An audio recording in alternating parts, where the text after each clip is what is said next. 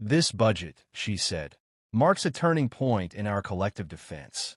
We must not only rebuild what was lost in the Dalekar incursion, but also prepare for what lies ahead. Lights blinked across the chamber as sectors cast their votes on energy reallocation, border aid, and infrastructure funding. It was all routine until the final item appeared on the screen. Line 943, B11. Mark 7 Stellar Dreadnought to be granted to the Terran Protectorate, United States of Earth. For a moment, time seemed to pause. Rena blinked, then turned to her aide. That can't be right. Halvorsen straightened. They're giving us a dreadnought. A top-line warship, the aide whispered. Faster than light, slipstream. Planetary defense grid. It can take on an entire armada by itself.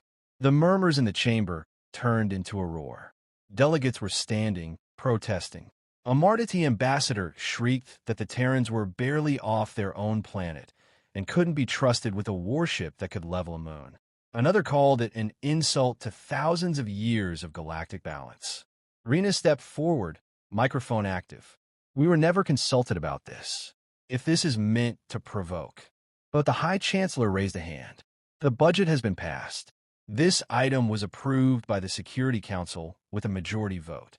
Her voice was calm, but her third eye twitched, an involuntary sign of unease. Rena glanced at Halvorsen. This doesn't make sense. Why would they give us something this powerful? Halvorsen's jaw was clenched. Maybe because they need a wild card. Or maybe someone wants to see what we'll do with it. And then the lights went out. For half a second, silence returned to the chamber, but it was a deeper, darker silence, filled with the electric buzz of something going terribly wrong. Then the Skylaman orbs flickered red, emergency lighting casting the council chamber in a crimson hue. Security drones dropped from the ceiling, but didn't activate.